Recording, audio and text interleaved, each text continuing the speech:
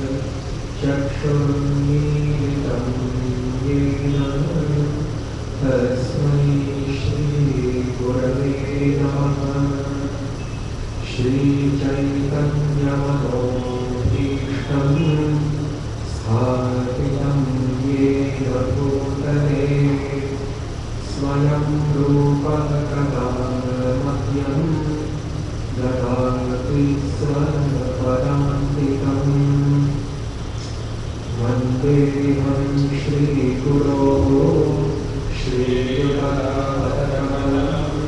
श्रीगुरोर्वैष्णवांश्च श्रीरूपं साग्रजातं सहगण रघुनाथान्वितं सजीवं साद्वैतं सावधूतं हरिजनसहितं कृष्णचैतन्यदेवं श्रीराधा कृष्णपादान् सहगण ललिता श्रीविशाखान्वितांश्च हे कृष्ण करुणा सिन्धो दीनबन्धो जगत्पते गोपेश गोपिकान्त राधाकान्त नमोऽस्तुते तप्तकाञ्चन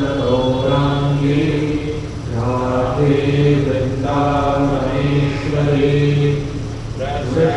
वृषभानुसुते देवी प्रणमामि हरिप्रिये वाञ्छाकल्पतरुभ्यश्च कृपा सिन्धुभ्य एव च पतितानां पावनेभ्यो वैष्णवेभ्यो नमो नमः।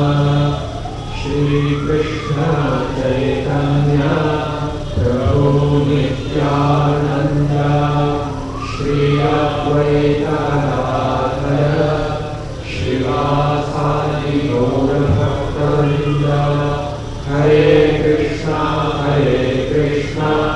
कृष्णा कृष्णा हरे हरे हरे राम राम राम हरे हरे।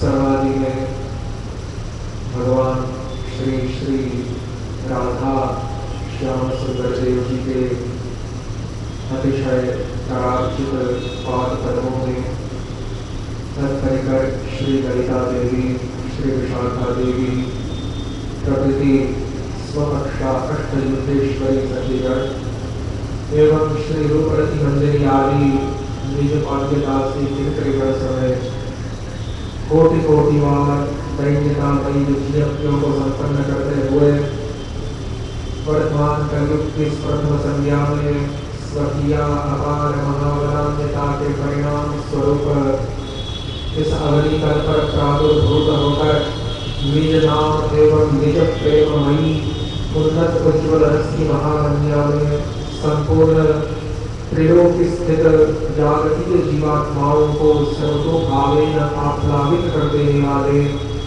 और साक्षात श्री नंदनंदना भिन्न भगवान शची सूनु कृष्ण चैतन्य महाप्रभु जी के भी उपरोक्त महात्म्य युक्त सुगलित पादांबुजद्वय में तत्परिकर श्री धाम वृंदावन स्थित श्री रूप सनातन प्रभृति षड गोस्वामी पादों सहित अनंत बार नमन करने के अनंतर उपरोक्त उसी पुरातन श्री कृष्ण भावना रूपी अलकनंदा के प्रवाह का पुनः सांप्रत समय में विश्वव्यापी स्तरीय भाव से प्रचारण प्रसारण वितरण आदि करने वाले जगत गुरु श्री प्रभुपाद जी के भी अत्यधिक अर्हणीय व कमनीय पादांबुजों में लक्ष लक्ष बार वंदन करते हुए साथ ही साथ श्री मंत्र गुरु एवं अन्यान्य समस्त श्री शिक्षा गुरुपाद पदों के पादांबुजों में भी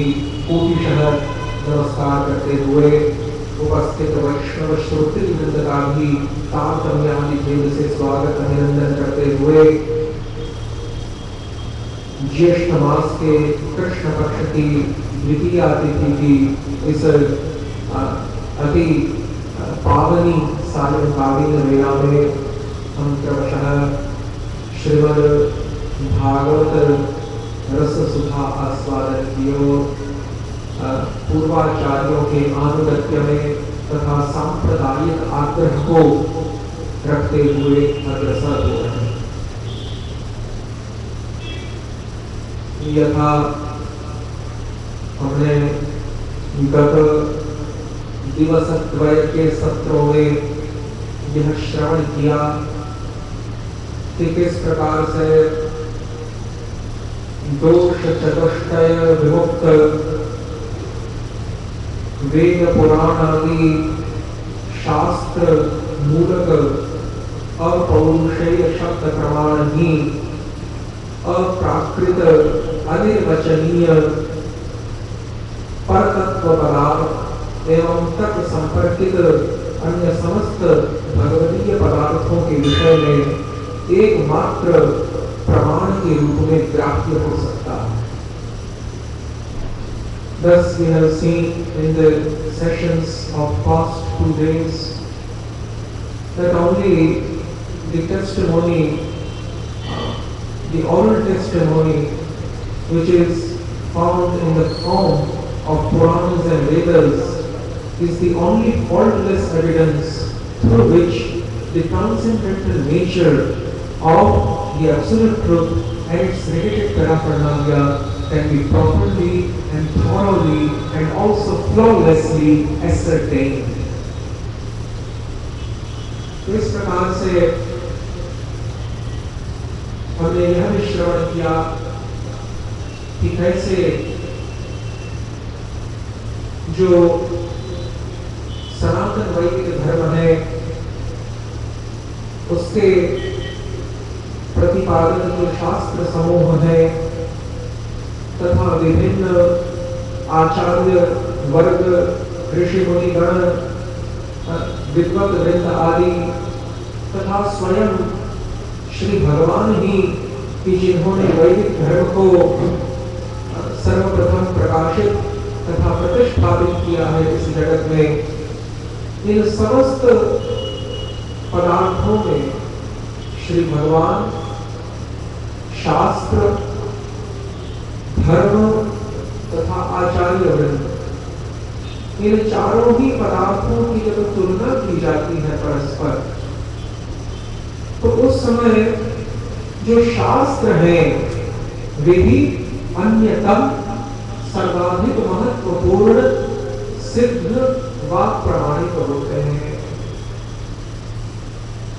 When the comparison of the quadruple items is performed, and those quadruple items consisting the personality of Godhead, the Vedic scriptures, the Vedic canon, literary canon of the Vedic scriptures, then the great sages and the great preceptors of various sampradayas, and the Vedic dharma itself. So when a mutual comparison is performed of these quadruple items, then only the Shastras or the literary Vedic corpus stands out as the foremost among all of them. तो इस प्रकार से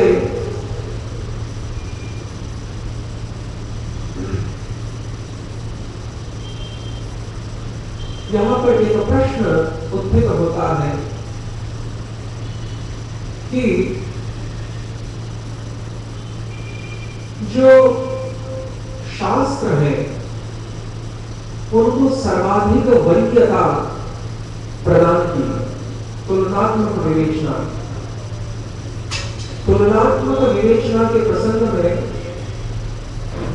शास्त्रों को शब्द प्रमाण को सर्वाधिक महत्वपूर्ण ठहराया गया, क्योंकि श्री भगवान भी यदि अपने किसी अवतार में अथवा स्वरूप में प्रकाशित होकर इन वेदादि शास्त्रों के विपरीत तथा प्रातिकूल्य में जाकर यदि किसी सिद्धांत का अपसिद्धांत का विरोधी मत का प्रतिष्ठापन करते हैं, तो उस श्रीमद् भगवद वाणी का भी अवहेलना पूर्वक तिरस्कार कर दिया जाता है वैदिक धर्म के कट्टर अनुयायियों के द्वारा। और हमने भगवान बुद्ध तथा भगवान दत्तात्रेय के उदाहरण उदाहरणों को दृष्टांत रूपों में प्रस्तुत किया। तो यहाँ पर यह प्रश्न, यह जिज्ञासा जागृत होनी स्वाभाविक है कि यदि श्री भगवान ही वैदिक धर्म के मूल है, धर्म मूलम तो साक्षात वेदमयो हरि, भागवत का कथन है कि वैदिक धर्म भगवान हरि रूपी भित्ति के ऊपर ही सुदृढ़ रूप से प्रतिष्ठापित है। The underlying substratum of the Vedic dharma is only the personality of Godhead, Shri Hari. तो उस भित्ति के ऊपर सुदृढ़ रूप से प्रतिष्ठित होने के कारण भगवान ही उसके मूल माने गए। तो फिर यहाँ पर यह प्रश्न उठता है कि जब श्री भगवान ही वैदिक धर्म के मूल है, तो फिर श्री भगवान जो कुछ कहे, जो कुछ प्रचार करें, वही वास्तव में वैदिक धर्म होना चाहिए। फिर चाहे उनके द्वारा प्रकाशित जो सिद्धांत है, जो तथ्य है, जो वाद तथा मत मतांतर है, वो भले ही वेदादि शास्त्रों के विपरीत क्यों न जाते हो, परंतु जो श्री भगवान के द्वारा कथित है वही वैदिक धर्म है। यहाँ पर इस प्रकार से शंका भी खड़ी होती है, क्योंकि ऐसे प्रमाण उपलब्ध हैं कि जिनके द्वारा यह संकेत भी नहीं, यह स्पष्ट रूप से निर्धारित होता है कि भगवान ही धर्म के मूल है। यदि भगवान धर्म के मूल है तो भगवान अपने किसी भी स्वरूप में, किसी भी अवतार में, किसी भी रूप में आकर यदि कोई किसी भी सिद्धांत का, किसी भी मत मतांतर का प्रवर्तन करते हैं, तो वो मत मतांतर भले ही वेदादि शास्त्रों में वर्णित मतों से पृथक क्यों न दिखाई देता हो, पृथक क्यों न अनुभूत होता हो, उसी को धर्म मान लेना चाहिए। वह भी धर्म है। वेदादि शास्त्रों में वर्णित जो तथ्य है वे तो धर्म है ही, परंतु श्री भगवान ने किसी भी रूप में आकर किसी भी प्रकार की आलोचना करते हैं तो उसको भी धर्म मान लेना चाहिए। ये प्रश्न उठना, ये शंका उठना स्वाभाविक है, नैसर्गिक है, जिसका समाधान गत दिवस के सत्र में नहीं हुआ, नई शंका है। तो इसका उत्तर भी हमारे श्री कृष्ण चैतन्य महाप्रभु के अनन्य परिकर श्री जीव गोस्वामी पाद निजकृत षट संदर्भात्मक श्री भागवत संदर्भ के सर्वप्रथम तत्व संदर्भ के प्रारंभ में दे रहे हैं। देखिए, श्री जीव गोस्वामी पाद कहते हैं कि जिन शास्त्रों में, जिन वेद पुराणादि शास्त्रों में श्री बुद्ध देव को भगवान नारायण के अवतार रूप में प्रकाशित किया गया है, उन्हीं वेदादि शास्त्रों का ये कथन है कि भगवान नारायण जब बुद्ध रूप में प्रकट होते हैं तो जिस शास्त्र की आलोचना करते हैं, जिस शास्त्र का प्रवर्तन करते हैं, जिस मत मतांतर सिद्धांत का वाद का प्रचलन करते हैं, वह दैत्य मोहनकारित्वेनो तत्वा, वह दैत्यों के मोहनकारी, असुरों को विमोहित करने वाले सिद्धांत का प्रचलन करते हैं। ऐसा कहां से पता चलता है? तो ऐसा उन्हीं शास्त्रों से पता चलता है जो उन बुद्ध देव की भगवत्ता को सिद्ध करते हैं। क्योंकि प्रश्न तो यहाँ पर खड़ा होता है कि यदि बुद्ध भगवान है तो भगवान जो कुछ भी कहे वह धर्म है। धर्म की परिभाषा एक ही है कि जो भगवान ने कह दिया वह धर्म। The law made by God is religion and the law made by human being is the ordinary constitution of a particular country or a constitution of a particular institution or a constitution of the bylaws of the United Nations, etc. These are the laws made by human beings, homo sapiens, and not by the absolute entity. तो इस प्रकार से भगवत निर्मित जो नियम है, जो कानून है, वे ही एकमात्र भगवत निर्मित जो विधि विषेद है वही धर्म है और तब इतर समस्त अधर्म है। देखो इसकी सहज परिभाषा। तो श्री भगवान के द्वारा निर्मित नियम धर्म और बुद्ध देव श्री भगवान है, तो बुद्ध देव के द्वारा कथित जो सिद्धांत है वो भी धर्म माने जाने चाहिए। तो यहां पर ये कहा जीव गोस्वामी पाद ने कि ठीक है, श्री भगवान ने जो कहा वह धर्म, ये हम स्वीकार करते हैं, परंतु बुद्ध श्री भगवान नारायण स्वयं है, ये कहां से पता चला? ये कहां से पता चला? तो ये भी उन्हीं वेद पुराण आदि शास्त्रों से परिज्ञात होता है कि बुद्ध साक्षात नारायण के अवतार हैं। नहीं तो बुद्ध धर्म के पाली तथा संस्कृत भाषा में लिखे गए जो अति प्राचीन धम्मपद आदि ग्रंथ है, उन्होंने भी इस मान्यता को केवल वेद आदि शास्त्रों से ही, पुराण आदि शास्त्रों की भविष्यवाणी से ही टपकाया, क्योंकि पुराण तो बौद्ध ग्रंथों से प्राचीन है। पुराण का तात्पर्य ही होता है जो पुरातन हो वह पुराण। पुराण नयति इति पुराणम।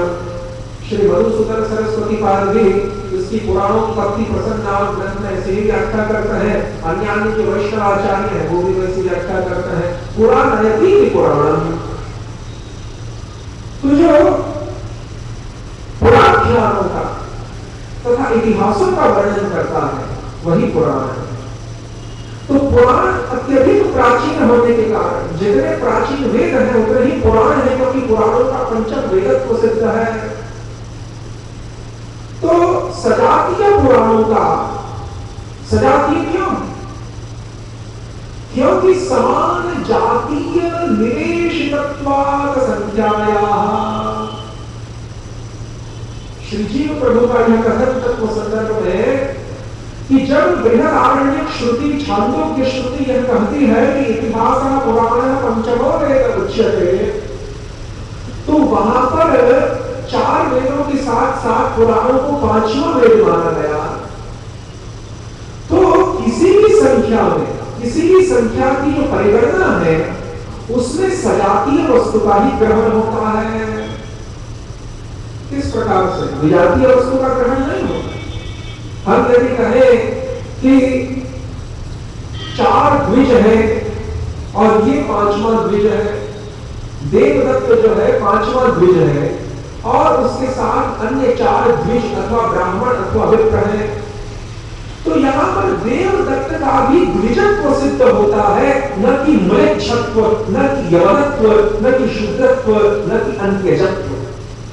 क्योंकि अंत्यज, म्लेच्छ, यवन तथा शूद्र ये द्विजों में नहीं माने जाते हैं। तो कहने का तात्पर्य यह है कि जब ये कहा जाता है कि देवदत्त पांचवा द्विज है, तो इसका तात्पर्य यह है कि अन्य चार भी द्विज है और देवदत्त भी द्विज है, सजातीय है। यहाँ पर किसी विजातीय वस्तु का समावेश नहीं है। ऐसा नहीं है कि उन पांच में से अमुक अलग प्रकार के हैं और अमुक अलग प्रकार के, अमुक तो द्विज है और अमुक नहीं है, इस प्रकार से नहीं हो सकता। तो समान जातीय निवेशितत्वात् संख्याया दूसरा न्याय किया कि नहीं त्रिपुणा कनक वलय पूर्णम इति युज्यते, नहीं त्रिपुणा कनक वलय पूर्णम इति युज्यते। शीशे के द्वारा, कांच के द्वारा सोने का जो कंगन है वो कदापि टूटा हुआ सोने का जो कंगन है जिसका मध्यस्थित अंश बीच वाला भाग विच्छिन्न हो गया है, टूट के कहीं गिर गया है, तो उस कंगन की यदि परिपूर्ति करके उसको जोड़ना है, उसको संधिस्थित करना है, तो उसका पूर्ण त्रिपुरा अथवा शीशे के द्वारा नहीं हो सकता, केवल स्वर्ण के द्वारा ही हो सकता है। क्यों? क्योंकि जो शीशा है, जो त्रिपुरा है, वह विजातीय पदार्थ है, वह धातु में परिगणित नहीं है। यहाँ तक कि रजत है, लौह है, कांस्य है, तांबा है, ये सभी अंततः धातु है स्वर्ण की तरह, लेकिन जो शीशा है वह तो धातु श्रेणी में ही नहीं आता है, एकदम विजातीय पदार्थ है। तो जिस प्रकार से शीशे के द्वारा स्वर्ण वलय की पूर्ति करना असंगत है, अयौक्तिक बात है, इनकम्पैटिबल स्टेटमेंट, उसी प्रकार से यहाँ पर सजातीय पदार्थ ही ग्रहण होगा। जब वेद कहता है, उपनिषद कहता है कि इतिहास पुराण पंचमो वेद, तो इसका तात्पर्य ये है कि जो 18 पुराण तथा रामायण महाभारत आदि जो इतिहास है वो भी पहले वाले 4 वेदों की तरह, ऋग यजुर आदि जो 4 वेद है उन्हीं की तरह ये पंचम वेद भी उन्हीं की तरह वेद है, सजातीय पदार्थ है और शीशे की तरह नहीं है। ये भी जिस प्रकार से स्वर्ण के द्वारा ही स्वर्ण बनेगा, स्वर्ण कंदन का परिपूर्ण संभव है, उसी प्रकार से इन पंचम वेद रूपी इतिहास पुराणों के द्वारा ही जो समग्र वैदिक ग्रंथों का जो कोश है, वैदिक लिटरेरी कॉर्पस, उसका पूर्ण संभव है। इसीलिए पुराण शब्द की एक दूसरी परिभाषा भी है, पूर्णा इति पुराणम, जो वैदिक ग्रंथ भंडार को पूरा करे, समाप्ति प्रदान करे, कंप्लीटनेस, उसी को पुराण कहेंगे। पुराण नयति पुराण, देखो पहला अर्थ हो गया कि जो प्राचीन इतिहास का वर्णन करे, जो प्राचीन काल में हमें ले जाए, वह पुराण, ये तो पहला अर्थ हो गया। दूसरा अर्थ यह है कि पूर्णात् इति पुराणम् उच्यते, जो परिपूर्ति करने वाला है, जो वैदिक वाङ्मय को, जो कि अब तक अधूरा बना हुआ था, उसको जो परिसमाप्ति तक, पर्यवसान तक, कंप्लीटनेस, कल्मिनेशन, परिसमाप्ति तक, पर्यवसान तक जो पहुंचाता है, उसको पुराण कहेंगे। तो इस प्रकार से शास्त्रों का पंचम वेदत्व, पुराणों का पंचम वेदत्व सिद्ध होता है। अब यहां पर पुनः जो संप्रदाय विरुद्ध मत के पोषक जो वादीगण है, प्रतिपक्षी हैं, जिन प्रतिपक्षियों का जो मत है वह 150 वर्ष से अधिक प्राचीन नहीं है, तो उन प्रतिपक्षियों के द्वारा पुनः एक शंका उठाई जाती है कि यहां पर उपनिषद मंत्र में जो इतिहास का पुराण पंचमो वेद उच्यते की बात कही गई, इतिहास और पुराण पंचम वेद है, ये उन 18 पुराण जो श्रीमद् भागवत, अग्नि पुराण, नारद पुराण आदि जो 18 पुराण है, उन 18 पुराणों की ओर यहाँ पर संकेत नहीं है वैदिक मंत्र। और महाभारत, रामायण आदि जो इतिहास है उनकी तरफ यहाँ पर संकेत नहीं, इतिहास में पुराण पंचम वेद। तो यहाँ पर वैदिक मंत्र में जो छांदोग्य उपनिषद के मंत्र में जो इतिहास पुराण शब्द प्रवृत्त हुए हैं,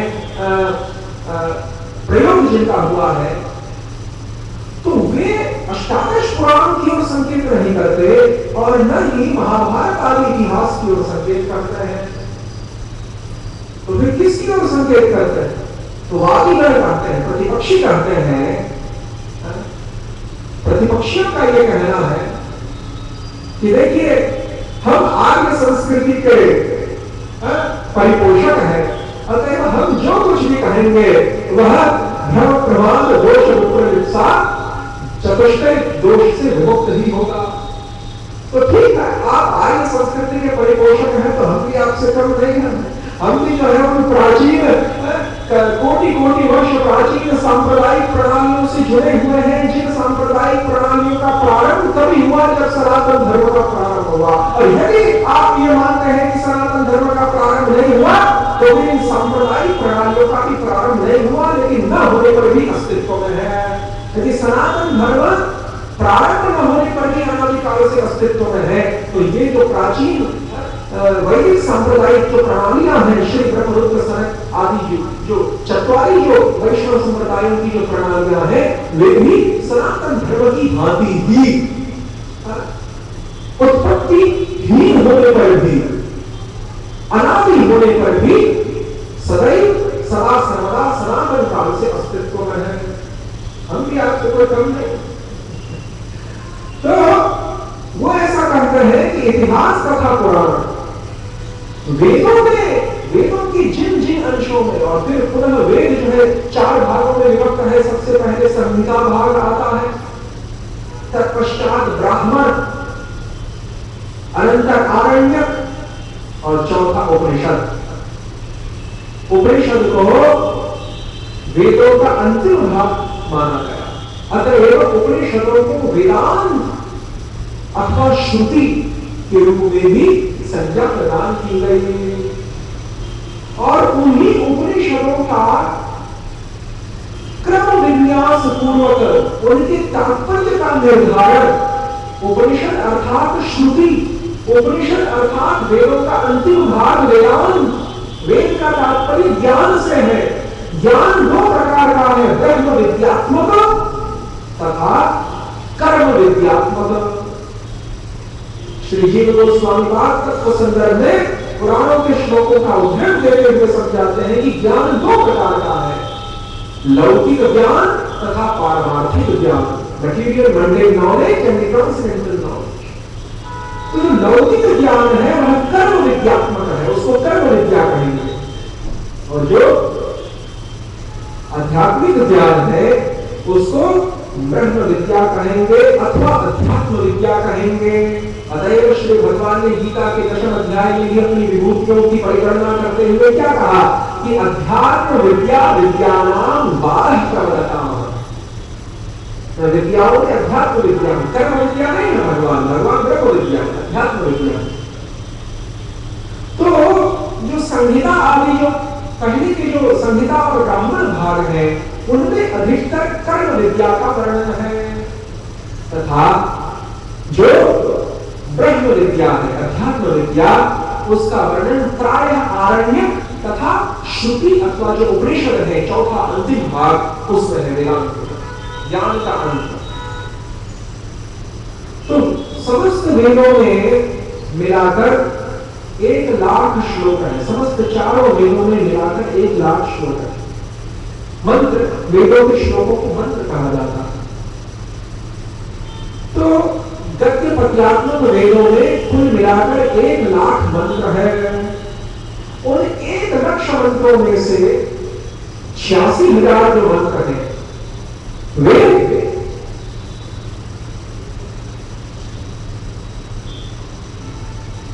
96,000 जो मंत्र है, 96 सहस्र मंत्र, 96 सहस्र 96,000 जो मंत्र है वे कर्म विद्या के प्रतिपादक हैं, तथा अंतिम जो 4,000 मंत्र है, मंत्र कहो या वाक्य कहो या गद्य पद्य कहो, वे ब्रह्म विद्या परम है। अतएव श्री भगवान ने गीता में तथा अन्य स्थलों में जो बार बार वेद त्रयी को एक प्रकार से तिरस्कृत किया है वह इसीलिए क्योंकि उसका जो अधिकांशतः भाग है वह कर्म विद्यात्मक है और बहुत छोटा सा अल्प अंश ही ब्रह्म विद्यात्मक है, खास करके आरण्यक और उपनिषद वाला जो अंश है तीसरा और चौथा। तो उन 96,000 मंत्रों में से जो पहले 88,000 जो मंत्र है, 86 सहस्र 86,000 मंत्र, वो कर्म विद्या भी दो प्रकार की है।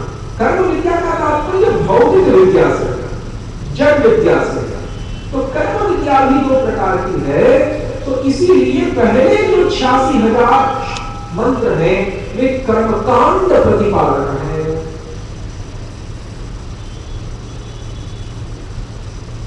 तत्पश्चात जो 10,000 मंत्र शेष रखते हैं वे उपासना कांड प्रतिपादक है।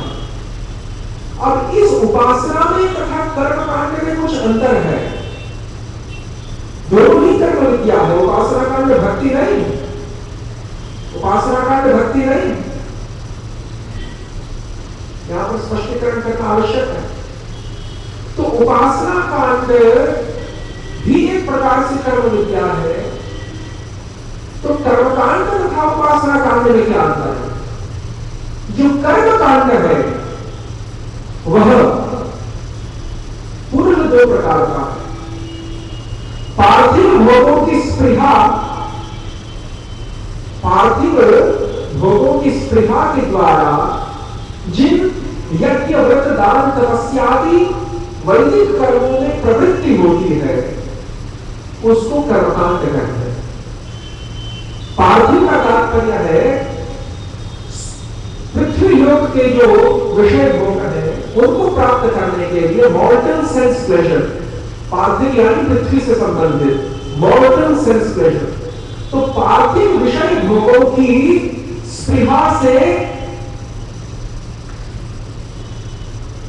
जिन वैदिक अवैदिक नहीं, वैदिक यज्ञ व्रत दान तपस्या आदि कर्मों में प्रवृत्ति होती है जीव की, उन कर्मों को तथा उन कर्मों के आचरण को कर्मकांड कहा जाता है। यह कर्मकांड का पहला स्वरूप है। इससे उत्कृष्ट कर्मकांड का एक दूसरा स्वरूप भी है जो वेदों में वर्णित है, परंतु है दोनों ही कर्मकांड, और वो है पारलौकिक। पारलौकिक का तात्पर्य है स्वर्गीय, सेलेस्टियल प्लेजर्स। पारलौकिक स्वर्गीय, परलोक से संबंध रखने वाला, पृथ्वी लोक से। तो पारलौकिक विषय भोगों की स्पृहा से जिन वैदिक यज्ञ व्रत दान तपस्या आदि कर्मों में प्रवृत्ति होती है जीव की, सकाम जीव की, उन कर्मों के आचरण को भी कर्मकांड कहा जाता है। जिस प्रकार से उदाहरण दिया जाता है,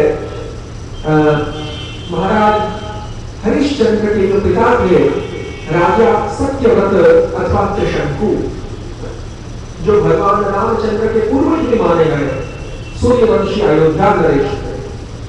तो महाराज त्रिशंकु वशिष्ठ ऋषि जो कि सूर्यवंशियों के कुल पुरोहित हैं, उन्होंने उनकी उस अवैध इच्छा को पूरा करने के लिए स्वीकृति प्रदान नहीं की।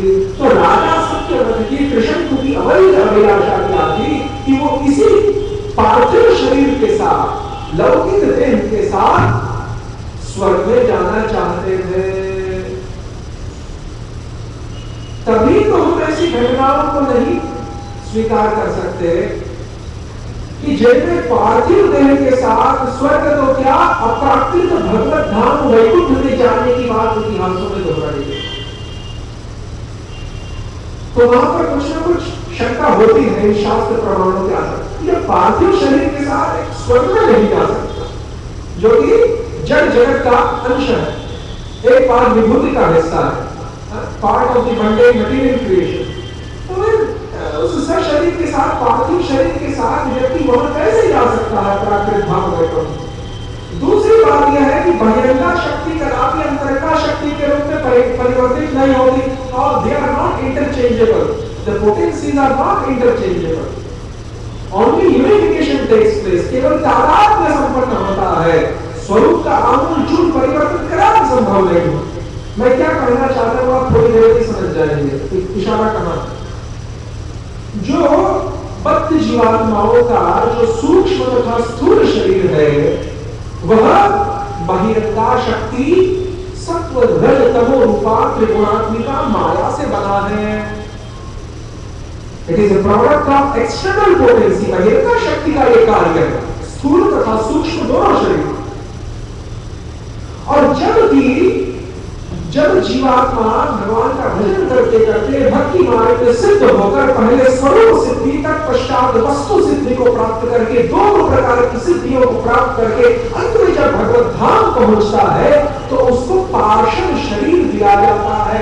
स्वरूप सिद्धि की अवस्था में उसको सिद्ध देह प्राप्त होता है जो सूक्ष्म है, और वस्तु सिद्धि की अवस्था में उसको भगवत पार्षद का देह प्राप्त होता है जो स्थूल है।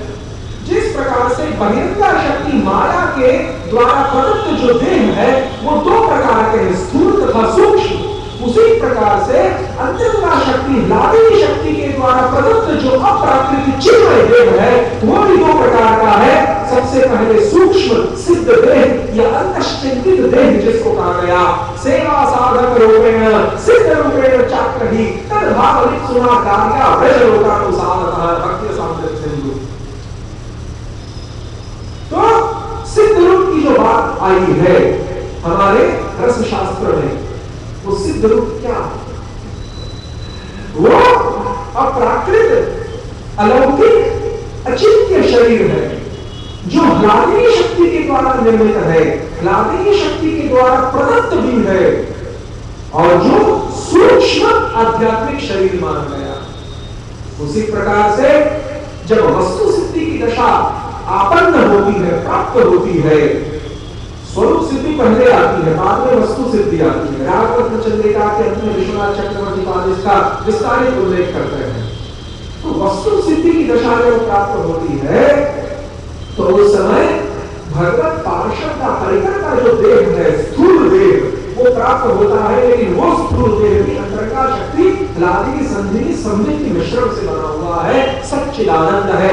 सिद्ध देह जो सूक्ष्म है वो भी सच्चिदानंद है तथा पार्षद देह जो स्थूल है वो भी सच्चिदानंद है।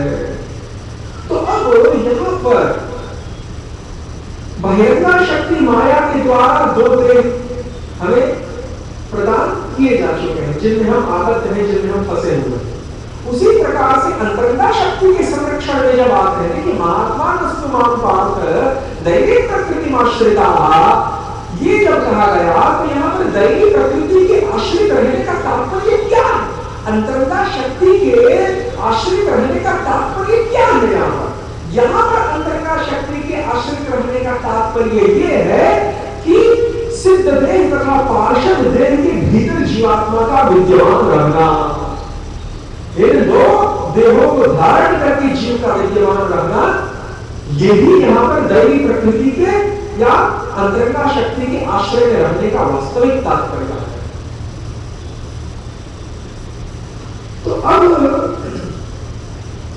हम ये कह चुके हैं कि भगवान की तीनों शक्तियां जो है, तटस्था कभी अंतरंगा नहीं बन सकते, अंतरंगा कभी तटस्था नहीं बन सकते, तटस्था कभी बहिरंगा नहीं बन सकते, बहिरंगा कभी तटस्था नहीं बन सकते, बहिरंगा कभी अंतरंगा नहीं बन सकते, अंतरंगा कभी बहिरंगा नहीं बन। छह प्रकार का जो विनिमय है, 6 टाइप्स ऑफ एक्सचेंज, तीन शक्तियां और टाइम्स 2, 6 टाइप्स ऑफ जो एक्सचेंज है, छह प्रकार का जो विनिमय है वो निरस्त है, अपास्त है, इट इज नॉट पॉसिबल। उसकी संभावना है निरस्त है, नहीं तो बड़ा गड़बड़ हो जाएगा, बड़ा गड़बड़ होगा। ऐसा होता ही नहीं, किसी शास्त्र में ऐसा उल्लेख नहीं है, ना संकेत है, ना ध्वनित होता है, ना संकेतित है। It is never implied not denoted, it is not implied not denoted. What to speak of directly being expressed in any Vedic scripture. कदापि ये तीनों शक्तियों का जो आमूलचूल जो परिवर्तन है, आमूलचूल अपने स्वरूप को परित्याग करके दूसरे शक्ति के स्वरूप को ग्रहण करना, ये असंभव, कहीं इसका उल्लेख नहीं और ना ऐसा कभी होता है। उसी प्रकार से शक्तियों का शक्तिमान बनना भी असिद्ध है और शक्तिमान का शक्ति बनना भी असिद्ध है। Potent principle can never be transformed into potencies. Potencies can never be transformed into the potent principle. Simultaneously, the 3 types of potencies, they cannot also be inter-transformed into each other. They all have their unique peculiarity which always everlastingly remains and maintains their variegatedness, their particular nature and their highlighted positions respectively.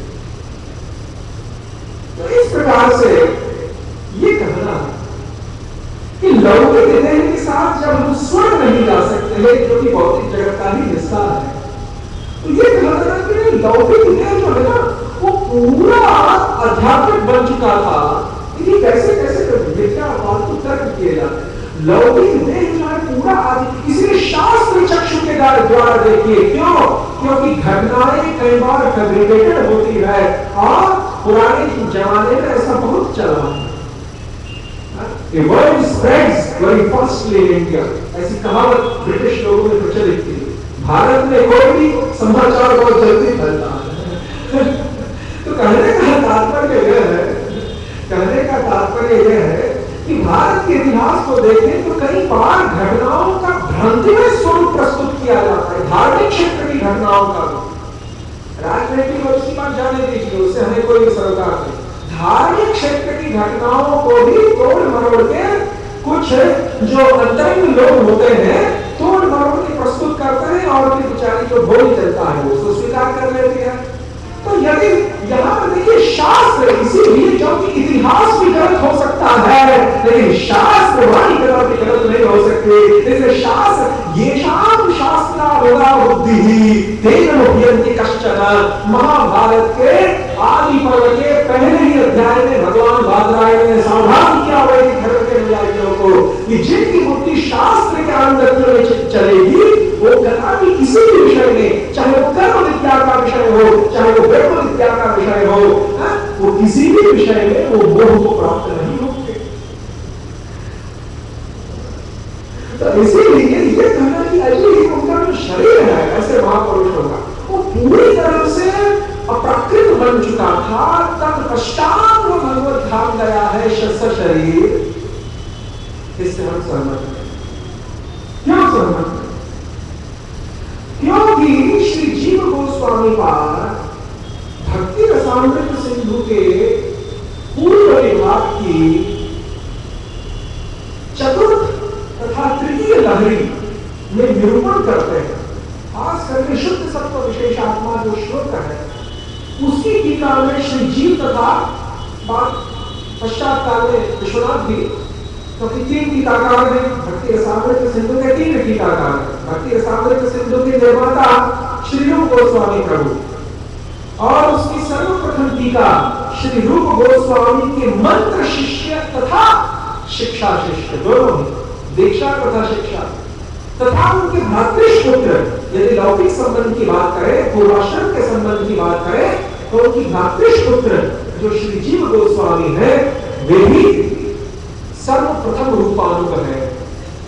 रूप गोस्वामी के सबसे पहले सबसे पहले अनुचर, उनके साक्षात मंत्र तथा शिक्षा शिष्य श्री जीव गोस्वामी चरण।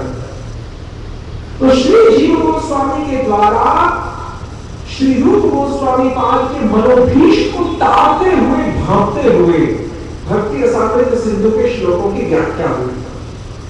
वो सर्वाधिक प्रामाणिक व्याख्या मानी गई हमारे संप्रदाय। उसके करीब 30-40 वर्षों के पश्चात मुल्तान प्रदेश के भक्त रामदास कपूर जिनकी नाव वहां पर फंस गई थी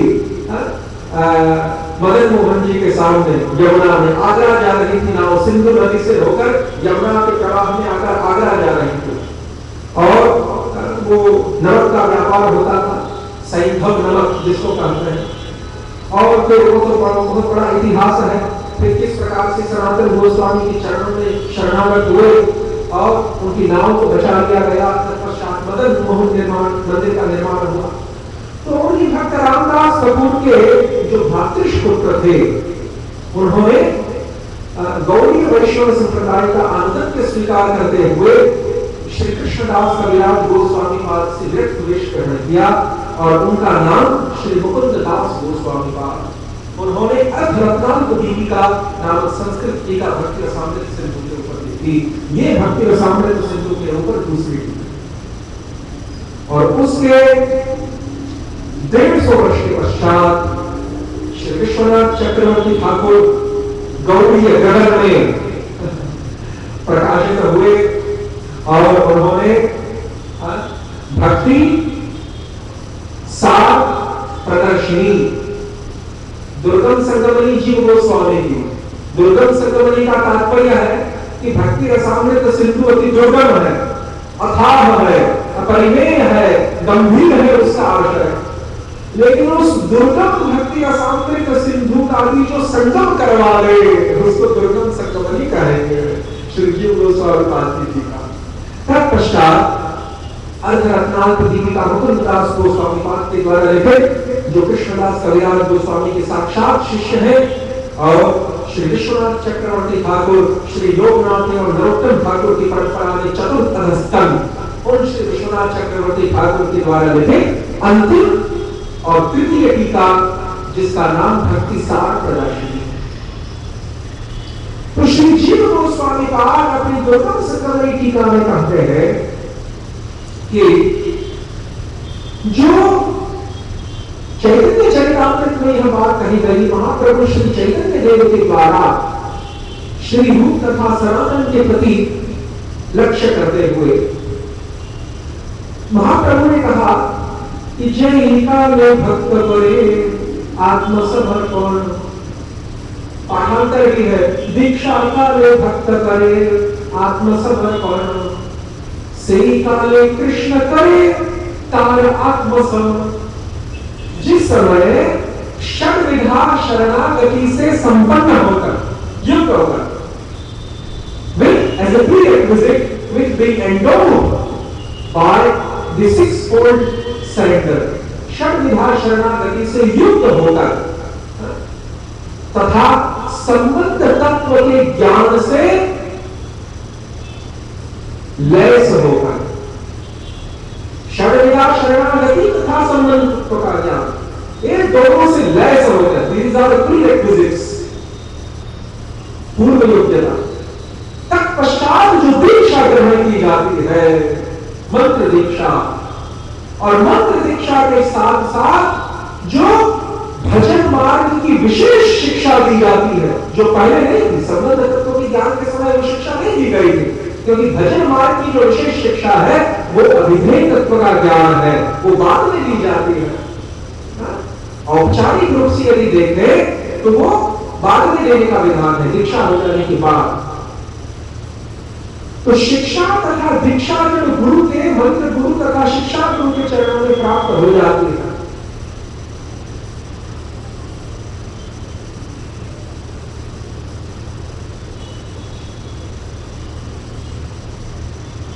तत्पश्चात उसी समय, उसी दीक्षा के समय में दिव्य ज्ञान यथोक्त्यात्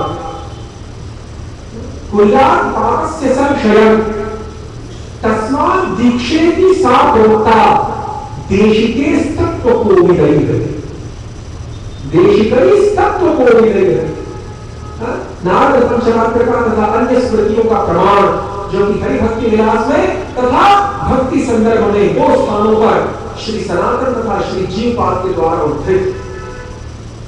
दिव्य ज्ञान यथोक्त्यात्, दीक्षा का तात्पर्य क्या है? दी और क्षा। दी का तात्पर्य है दिव्य ज्ञान का प्रदान, दिव्य ज्ञान का प्रदान। दिव्य ज्ञान किसे कहते हैं? शिष्य का श्री भगवान के साथ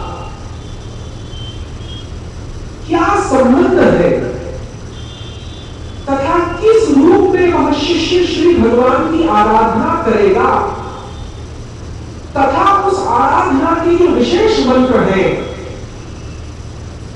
इसका ज्ञान ही दिव्य ज्ञान कहलाता है, जो दीक्षा के समय मंत्र गुरु के द्वारा प्रदत्त है शिष्य के प्रति।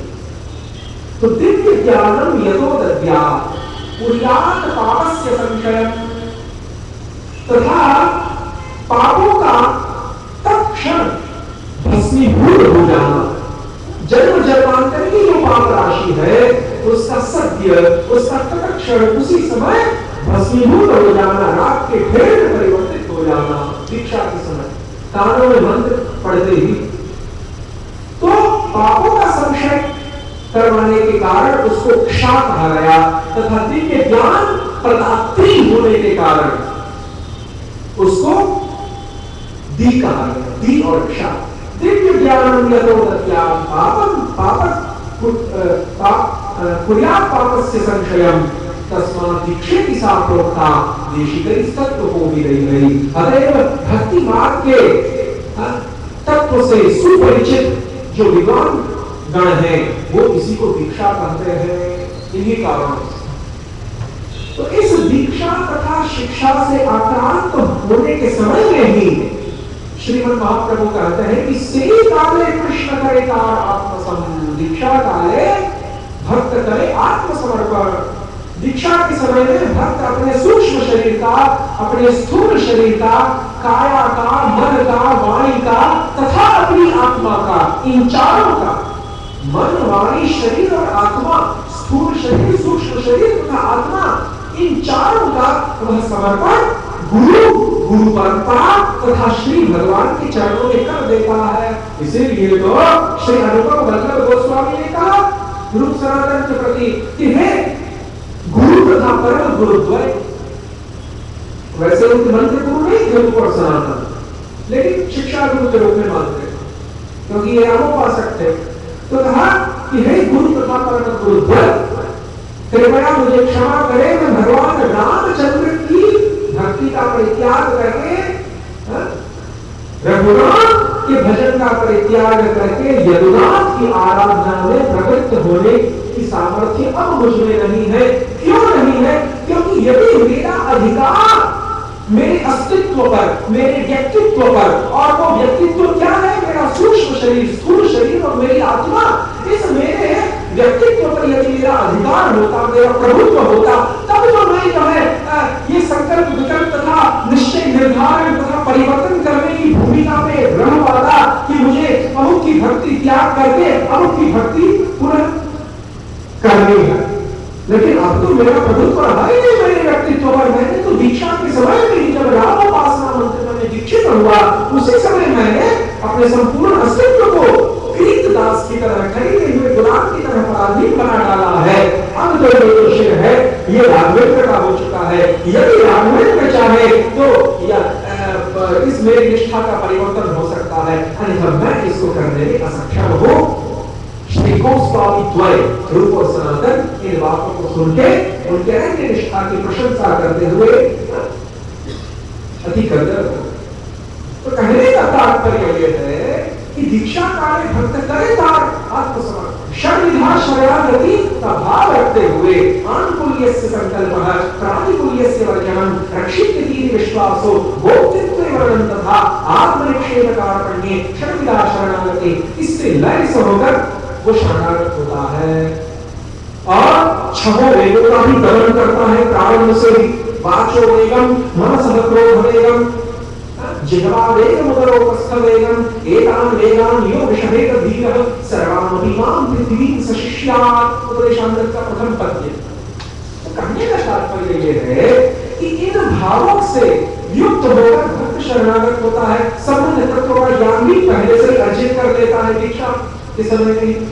तो जब इस प्रकार की दीक्षा होती है व्यवस्थित ढंग से, इस प्रकार से जब दीक्षा होती है, तो उस संदर्भ में महाप्रभु का यह कहना कि तत्क्षण श्री कृष्ण उस साधक को, उस नव दीक्षित साधक के शरीर को, उसके व्यक्तित्व को, उसकी इंद्रियों को आत्मसम अपने समान कर लेते हैं। वहां पर व्याख्या में आचार्य पादों ने कहा, भक्ति सिद्धांत सरस्वती ठाकुर का अनुभाष्य, भक्ति विनोद ठाकुर का अमृत प्रवाह भाष्य, श्री प्रभुपाद का भक्ति वेदांत तात्पर्य तथा श्री चैतन्य चरितामृत के सर्वप्रथम टीकाकार, बंगला ग्रंथ के ऊपर संस्कृत टीका रखने वाले, यानी संस्कृत उस बंगला की गुलाम है। ये सिद्ध किया संकेत के द्वारा कि मूल ग्रंथ तो बंगला है और उसकी व्याख्या संस्कृत।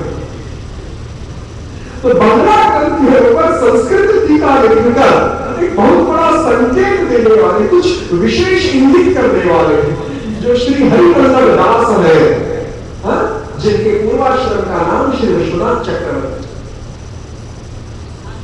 उनके द्वारा चैतन्य चरितामृत के इन अंशों की टीका में तथा परवर्ती आचार्यों के द्वारा भी अपने अपनी व्याख्याओं में ये बात सिद्ध की गई कि तत्क्षण श्री कृष्ण उस साधक भक्त की इंद्रियों को आत्मसम बना देते हैं, चिन्मय बना देते हैं, अप्राकृत बना देते हैं। क्योंकि यदि ये इंद्रियां, ये शरीर जो है अप्राकृत नहीं बना दिया गया तो क्या होगा?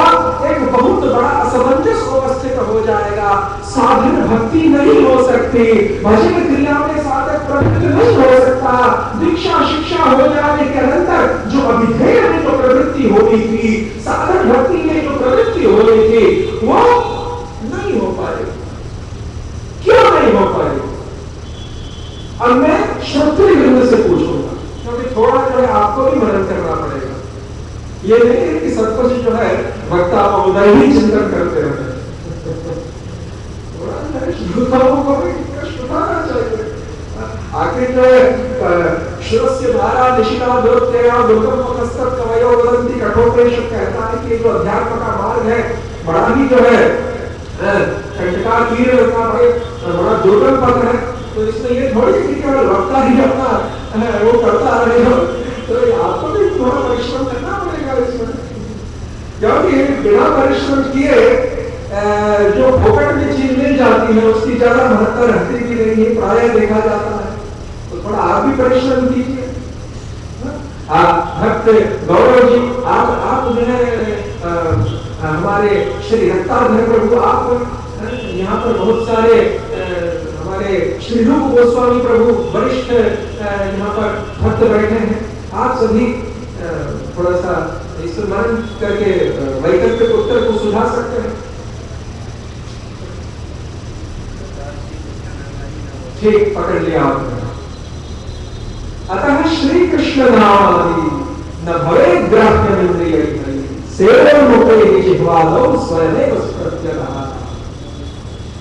क्योंकि यहाँ पर ये नियम केवल श्री कृष्ण नाम कीर्तन के लिए नहीं है। आचार्य पाद ने कहा कि उपलक्षण के द्वारा भक्ति के समस्त अंग यहाँ पर ग्रहण होते हैं। ये नियम केवल नाम कीर्तन में लागू नहीं पड़ेगा तथा श्रवण में भी लागू पड़ेगा। हस्तों के द्वारा कर तथा हस्त के द्वारा भगवत विग्रह का अर्चन करते समय ये विग्रह लागू पड़ेगा। चरणों के द्वारा भगवत तीर्थ तथा मंदिर की परिक्रमा करते समय पाद सेवन उसमें भी ये नियम लागू पड़ेगा। कहने का तात्पर्य यह है कि जिस प्रकार से भगवान नाम का कीर्तन प्राकृत लौकिक जिह्वा के द्वारा कदापि नहीं हो सकता, अतः श्री कृष्ण नामादि न भवे ग्राह्य इंद्रिय, केवल अलौकिक चिन्मय इंद्रियों के द्वारा ही, चिन्मय जिह्वा के द्वारा ही लादिनी शक्ति आक्रांत जो जिह्वा है उसके द्वारा ही भगवान नाम ग्रहण तथा कीर्तन हो सकता है, उच्चारण हो सकता है। उसी प्रकार से सर्वेंद्रिय जब तक अप्राकृत नहीं होगी तब तक नर्मदा भक्ति का अनुष्ठान संभव नहीं है। भले वो बाह्य रूप से कोई अनुष्ठान करता रहे, वो वास्तविक अनुष्ठान थोड़ी है। इसीलिए तो अदीक्षित व्यक्ति साधन भजन कर ही नहीं रहा है, समझ लीजिए।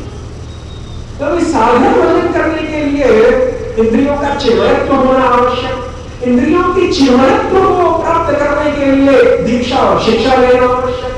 दीक्षा और शिक्षा को सही मायने में ग्रहण करने के लिए पहले संबंध तत्व का ज्ञान, षड्विधा शरणागति और षड वेदादियों का दमन आवश्यक। ये सब they are all interconnected, they are all interwoven, ये सभी परस्पर आपस में जुड़े हुए हैं। यही तो है ना साधना। साधन को हम ठीक तरह से जाने तो फिर अपने आप से रहस्य खुलने लगते हैं। तो यहाँ पर समस्त इंद्रियों के अप्राकृतत्व की जो बात कही गई, सीताले कृष्ण का आत्मसंग्रह, ये नहीं कहा कि बहुत दीर्घ काल के पश्चात ये होगा, दीक्षा शिक्षा लेने के पश्चात जो है युग युगांतर के पश्चात ये अवस्था प्राप्त हुई। नहीं, सही काल है, उसी समय उसी दीक्षा के समय में कृष्ण जो है भक्ति इंद्रियों को आत्मसम कर देते हैं। पुनः एक प्रश्न उठ खड़ा हुआ कि ये आत्मसम का तात्पर्य तो साधर्म्य हो गया। साधर्म्य का मतलब है भगवान का जो धर्म है, भगवान का जो स्वरूप है, भगवान का जो स्वभाव है, ठीक उसी प्रकार के, एकदम तो वैसा नहीं परंतु लगभग उसी प्रकार के स्वभाव स्वरूप को प्राप्त करना। ये जो भगवान ने गीता के 9वें अध्याय में कहा कि मम साधर्म्य मानतः, मुक्त हो जाने के पश्चात जो साधक है वो मेरे साधर्म्य को प्राप्त होता है। अब यहाँ पे तो मुक्त हुए ही नहीं, अभी तो जो है दीक्षा ग्रहण की है, अभी तो जो है साधना भी ठीक से प्रारंभ नहीं हुई है, और ये कह देगा कि कृष्ण के समान जो है उसका, भगवान के समान उसकी इंद्रियां चिन्मय हो जाती है, तो क्या ये उस साधन की ओर इंगित करता है या किसी दूसरे साधन की ओर इंगित करता है? तो स्वाभाविक रूप से वहां जिस साधर्म्य की बात की गई है वो कुछ और प्रकार का साधर्म्य है। वो तो वस्तु सिद्धि की दशा में प्राप्त होगा, स्वरूप सिद्धि की दशा में भी वो प्राप्त नहीं हो सकता। पहले स्वरूप सिद्धि होती है, फिर वस्तु सिद्धि होती है भक्ति के मार्ग में। जिस प्रकार से ज्ञान मार्ग में पहले ब्रह्मभूत अवस्था, तत्पश्चात ब्रह्म सायुज्य मुक्ति, तो ब्रह्म सायुज्य मुक्ति और हमारे भक्ति मार्ग की वस्तु सिद्धि, दे आर कॉरस्पॉन्डिंग कैटेगरीज। और ब्रह्मभूत अवस्था तथा हमारे यहां की स्वरूप सिद्धि, they are also corresponding categories. तो उसको स्वरूप सिद्धि को भक्ति मार्ग में उसको स्वरूप सिद्धि कहते हैं, ज्ञान मार्ग में उसको ब्रह्मभूत अवस्था कहते हैं, और कभी कभी उसको जीवन मुक्ति भी कहा जाता है, उसको जीवन मुक्ति कहा जाता है।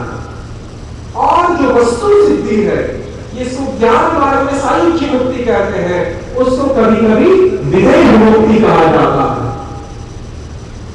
ये सभी पर्यायवाची है, और इन पर्यायवाचियों का ज्ञान न रहने से बहुत बड़ा हो सकता है भ्रम, क्योंकि अमुक मार्ग में उसको अमुक तरह से बताया। लेकिन ये गलत बात है कि हमारे यहाँ की स्वरूप सिद्धि और वहां की जो जीवन मुक्ति है, ब्रह्मभूत अवस्था है, वो कॉरस्पॉन्डिंग कैटेगरी तो है, परंतु वो एक नहीं। वहां ब्रह्म सायुज्य प्राप्त होता है, यहाँ पे जो है भगवान के पार्षद का शरीर प्राप्त होता है, एक थोड़ी है दोनों, लेकिन still they are corresponding categories. तो उसी प्रकार से स्वरूप सिद्धि की अवस्था में भी वो साधर्म्य प्राप्त नहीं होता, वो तो केवल वस्तु सिद्धि की अवस्था में वो साधर्म्य प्राप्त होगा, जिसकी भगवान गीता के 9वें अध्याय में बात कर रहे हैं, मम साधर्म्य मार्ग। तो यहां पर जो श्री काले कृष्ण को आत्मसम, भगवान अपने आत्मा के समान साधक भक्ति व्यक्तित्व को बना देते हैं, इसका फिर क्या तात्पर्य निकाला? तो श्री जीव गोस्वामी पाद शुद्ध सत्व विशेषात्मा इस भक्ति रसामृत सिंधु की उक्ति का अर्थघटन करते समय, इसकी व्याख्या करते समय कहते हैं कि जिस प्रकार से अग्नि और लौह का तादात्म्य होता है, आयरन एंड फायर यूनिफिकेशन, जिस प्रकार से अग्नि और लौह का तादात्म्य होता है, आयरन एंड फायर यूनिफिकेशन, और उस अग्नि के द्वारा आक्रांत जो लौह है वह स्वयं अग्नि स्वरूप बन जाता है। फिर उस लौह का जो धर्म है वो भी अग्नि धर्म हो जाता है, अग्नि का धर्म ही लौह का धर्म बन जाता है। The function of fire becomes the function of iron rod in that case. लौह का धर्म और अग्नि का धर्म दोनों मैच हो जाते हैं, तादात्म्य हो जाता है, यूनिफिकेशन अकर्स। और अग्नि भी, लौह भी, लौह का जो डंडा है वह भी लाल लाल प्रकाशमान होने लगता है, वह भी उष्णता को, गर्माहट को छोड़ने लगता है, वह भी दहन यानी जलाता है। अग्नि के 3 गुण धर्म, दाहिका, प्रकाशिका और तापिका। गर्मी, जलाना और उजाला, दाहिका, प्रकाशिका और तापिका। Illuminating, heating and burning. तो उसी प्रकार से जो लौह है वो भी 3 प्रकार से गुणधर्मों से युक्त हो जाता है। लेकिन सूक्ष्म अंतर पुनः उपस्थित हुआ कि उस अवस्था में भी ये कहना कि लोहा ही अग्नि है असंगत है। क्यों?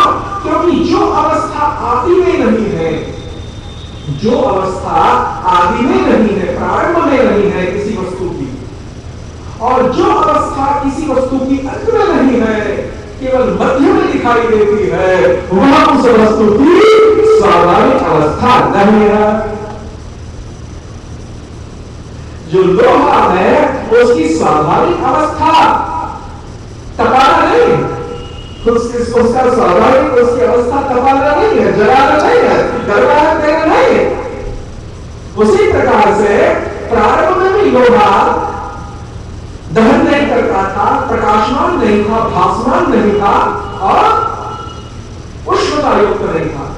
और जिस समय अग्नि उस लोहे में से पुनः बाहर निकल जाएगी, बहिर्गत हो जाएगी, उस समय भी पुनः लोहा इन 3 अग्नि के गुण धर्मों से रहित हो जाएगा।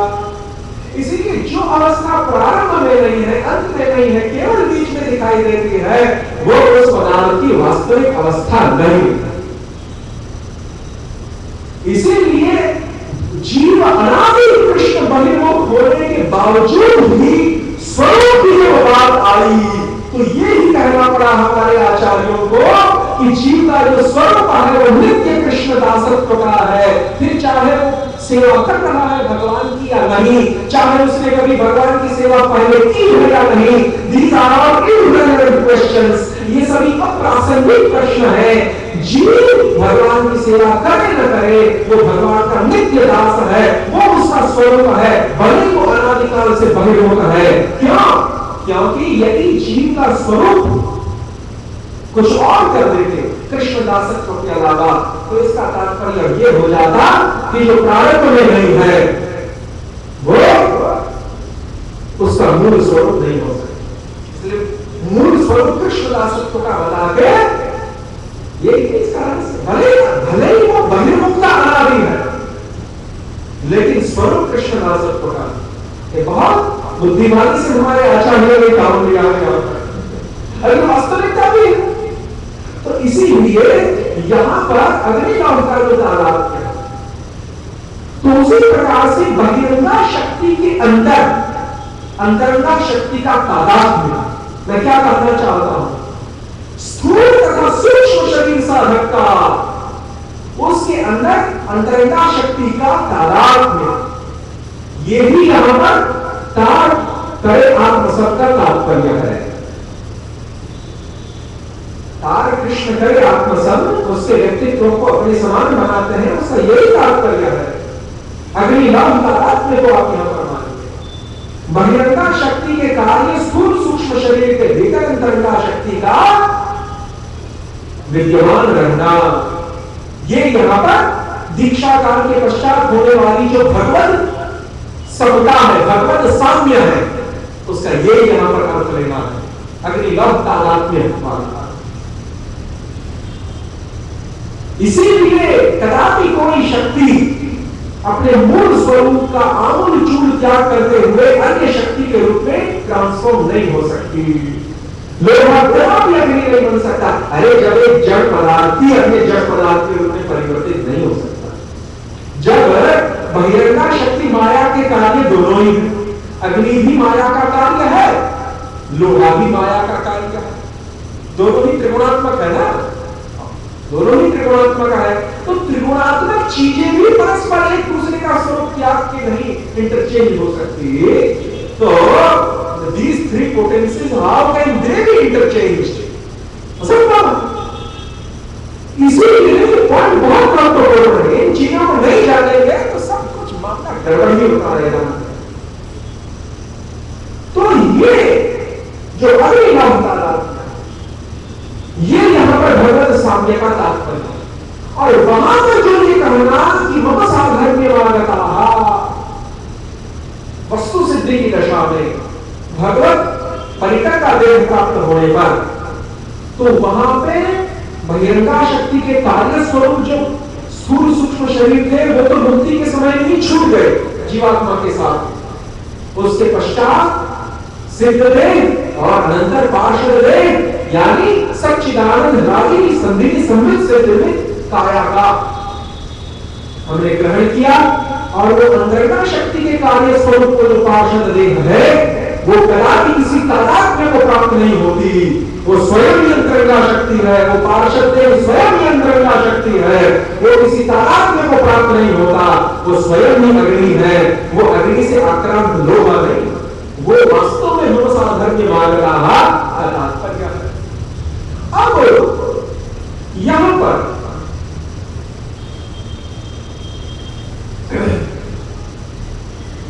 ये जो इतिहास में जो बताया जाता है कई बार महापुरुषों के जीवन चरित्र में कि उन्होंने सब शरीर भगवत धाम में वो चले गए। यदि वो नित्य सिद्ध परिकर नहीं है तो ये बात लागू कराती नहीं हो सकता। यदि वो साधन सिद्ध कृपा सिद्ध है तो उनका जो बहिरंगा शक्ति के कार्य स्वरूप जो उनका स्थूल तथा सूक्ष्म शरीर है वो तादात्म्य को प्राप्त कर जाएगा अंतरंगा शक्ति के साथ। लेकिन तादात्म्य प्राप्त होने पर भी लोहा अग्निमय होने पर भी लोहा लोहा ही रहता है। और जब तक बहिरंगा शक्ति माया जीव के साथ जुड़ी हुई है तब तक वो व्यक्ति भगवत धाम जा नहीं सकता। इसीलिए कहा गया कि शास्त्रों के द्वारा देखिए तो दूध का दूध पानी का पानी होता है। इसीलिए मैंने कहा कि जब आप स्वर्ग नहीं जा सकते तो शंकु सत्यवत का उदाहरण लीजिए। फिर क्या हुआ कि स्वर्ग उसको जबरदस्ती पहुंचाया विश्वामित्र ने, तो इंद्रादी और पहाड़ों ने उसको ठोकर मार के नीचे गिराया, तो बेचारे उल्टे सिर जो है नीचे आने लगे। उसी समय विश्वामित्र ने देखा कि मेरे यजमान का अपमान हो रहा है, तो उन्होंने क्योंकि क्षात्र स्वभाव तो पहले से ही था जन्म से, तो उग्र होकर उन्होंने वही को रोक दिया बीच आकाश में राजा सत्यवत को। विराट मुंडा के यजमान हो और वशिष्ठ के साथ में मेरी पुरानी दुश्मनी है। तो इसीलिए कहने का तात्पर्य तो वही कृष्ण को हो गए सत्य। तो कहने का तात्पर्य यह है कि जो वेदादि शास्त्र, वेदादि शास्त्रों के द्वारा हमें ये परिज्ञान होता। तो अब कर्मकांड उपासना कांड की बात चल रही थी, पहले उसको समाप्त कर देते हैं। तो कर्मकांड क्या है?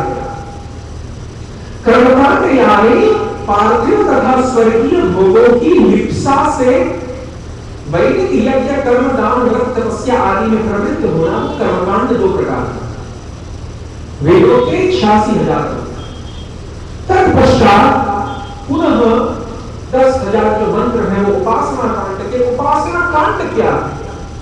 उपासना कांड है विविध देवताओं की उपासना करना, परंतु निष्काम भाव से।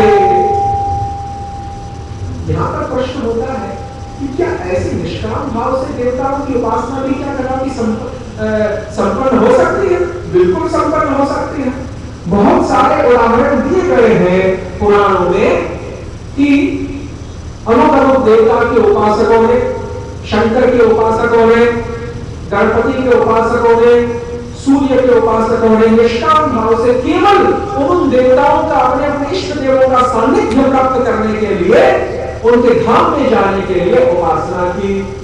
कोई लौकिक इच्छा पूरी करने के लिए स्वर्गीय व पार्थिव भोगों की उपासना नहीं की, तो इसको उपासना कांड कहा जाता है। ये भगवान वासुदेव के भक्ति योग से पृथक है, इसको उपासना कांड कहते हैं। जो अंतिम 4,000 मंत्र है वो ज्ञान कांड यानी ब्रह्म विद्यात्मक है। लेकिन ज्ञान कांड यानी ब्रह्म विद्यात्मक जो अंतिम 4,000 मंत्र है वेदों के, उसमें भी अधिकतर स्थानों में परतत्व का प्रतिपादन निर्विशेष ब्रह्म के रूप में किया गया। इसीलिए उसको भी नरोत्तम दास ठाकुर ने तो यहां तक कह दिया कि विषय भंड। नरोत्तम दास ठाकुर को प्रेम भक्ति चंद्रिका में यहां तक कहते हैं कि वो वास्तव में जहर के समान है। जहर किनके लिए? देखिए यहां पर निंदा नहीं हो रही है, क्योंकि एक तरफ विश्वनाथ चक्रवर्ती पाद ये कहते हैं माधुर्य कादम्बरी में, तथा जीव गोस्वामी भक्ति संकर में ये कहते हैं कि वेदों के उन अंश की भी निंदा न की जाए जिसमें कर्म ज्ञान आदि का प्रतिपादन है। नहीं तो नामापराध घटित होता है। श्रुति शास्त्र निंदनम, पद्म पुराण के अनुसार 10 नामापराध में से एक श्रुति शास्त्र निंदनम, वेदादि शास्त्रों की निंदा करना। क्यों? क्योंकि साक्षात भाव से नहीं तो कम से कम परंपराया, परंपराया का तात्पर्य है इनडायरेक्टली, परोक्ष रूप से, साक्षात भाव से नहीं, प्रत्यक्ष रूप से नहीं, तो कम से कम परोक्ष रूप से, अप्रत्यक्ष रूप से ही सभी वेदों का तात्पर्य एकमात्र भगवान हरि का गुणगान करना ही है।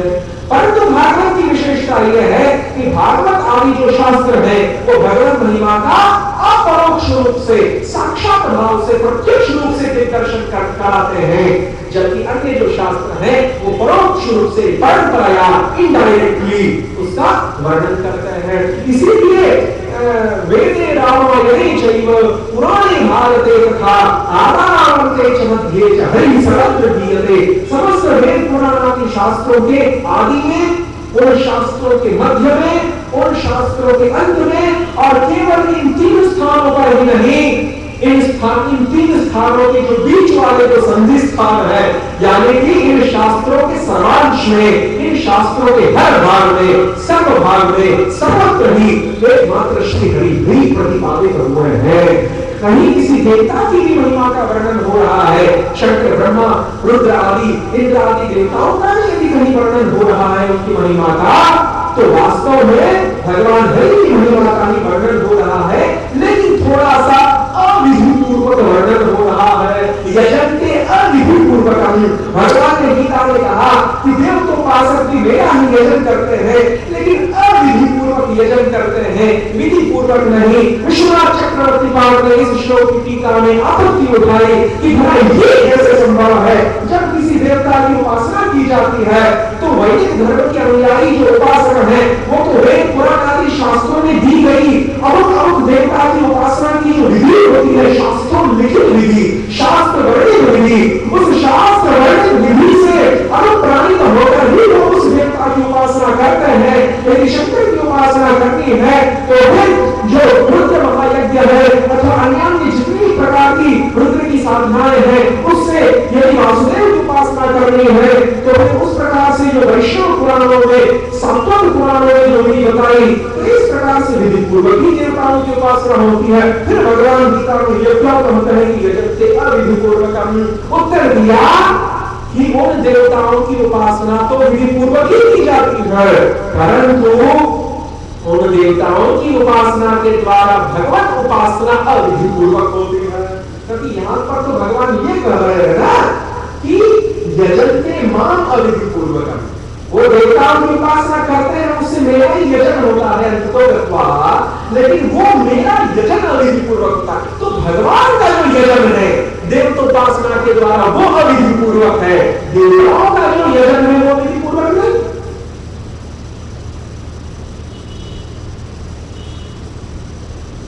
तो देखिए यजन के अविधि पूर्वक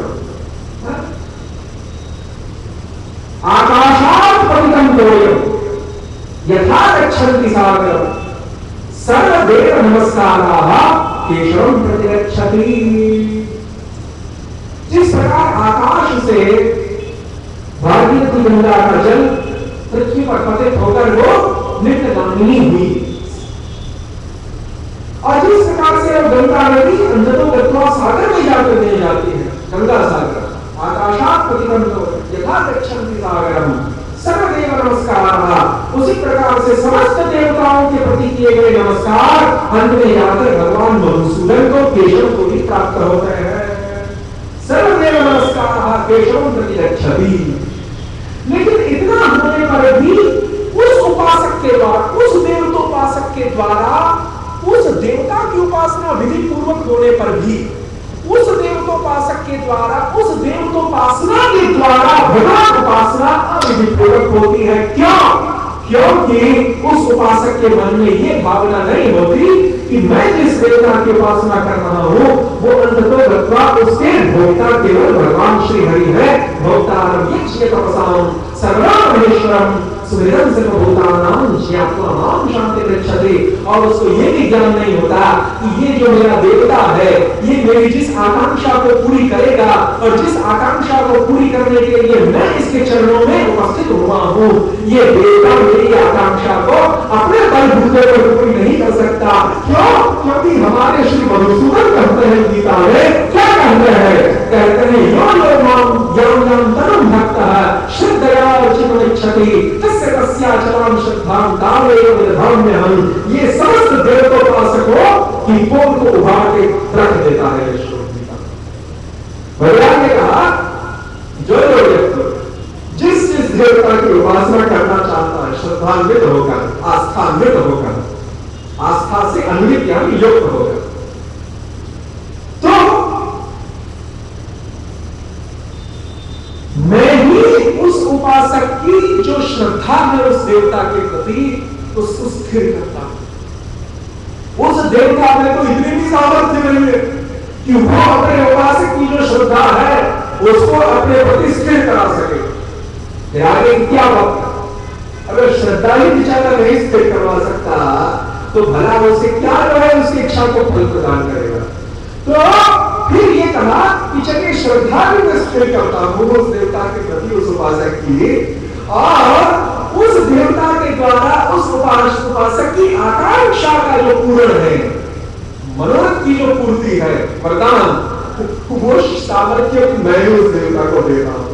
तो जब भगवान की सामर्थ्य से महाभारत में स्पष्ट कहा गया कि श्री शंकर ने जब पान किया है, हलाहल रिश्ता, तालकुट रिश्ता, तो अच्युतानंदाय गोविंद स्वाहा इस मंत्र का मन मन स्मरण करते हुए महादेव तालकुट रिश्पान करते हुए नीलकंठ बने हैं। पिनाक पाणी शंभु जो है वो नीलकंठ बने हैं भगवान गोविंद का स्मरण करते हैं। कहने का तात्पर्य यह है कि श्री भगवान की शक्ति से ही अन्य समस्त देवता अनुप्राणित हैं। तो यहां पर हम ये कह रहे थे कि उन देवताओं की उपासना निष्काम भाव से यदि होती है और उन देवताओं के लोक में जाना तो वो कर्मकांड है। फिर आता है ज्ञान कांड। तो ज्ञान कांड कर्मकांड सकल विषय भान, इसको जहर का घड़ा कहा है। तो जहर का घड़ा किसके लिए? देखिए यहां पर निंदा नहीं हो रही, क्योंकि विश्वनाथ चक्रवर्ती बात कहते हैं कि आराम मतलब शास्त्रों की समस्त या तो प्रत्यक्ष रूप से या अप्रत्यक्ष रूप से हर जगह भगवान हरि की महिमा वर्णित है। इसीलिए जहां पर देवताओं की महिमा का वर्णन है वहां पर भी आप यही मानिए कि उन देवताओं के अंदर अंतर्यामी रूप से कौन बैठे हैं? साक्षात भगवान विष्णु। तो ऐसे कि अंत में उनकी ही वंदना हो रही है।